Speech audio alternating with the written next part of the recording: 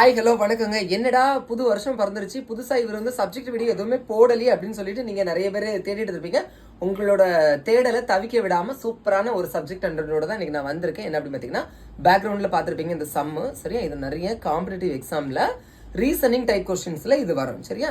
இந்த சம்மை இன்னைக்கு நான் உங்களுக்கு ஷார்ட்கட் சொல்லி தரேன். நாளைக்கு நார்மல் மெத்தட் சொல்லி தரேன். ஃபர்ஸ்ட் ஷார்ட்கட்டை கவனிங்க. கணக்க பாருங்க. 1 divided by 1 plus 1 divided by 1 plus 1 divided by 1 plus 1 divided by 3 இருக்கு, சரியா?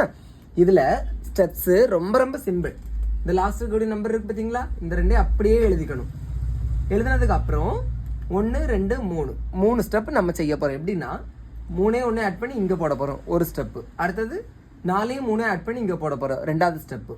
மூணாவது ஸ்டெப் 7 4 ஆட் பண்ணி இங்க போட போறோம் 11, சரியா? ஆன்சர் எப்படி எழுதணும்? லாஸ்டா வேற ஒண்ணுமே கிடையாதுங்க. 7 இருக்கா, 7 டிவைடட் பை 11, இதுதான் ஆன்சர். ஓகேவா? புரிஞ்சிருக்கும்னு நினைக்கிறேன். இது ஷார்ட்கட் தான். ஓகே, பிடிச்சா லைக் பண்ணுங்க. தேங்க்யூ.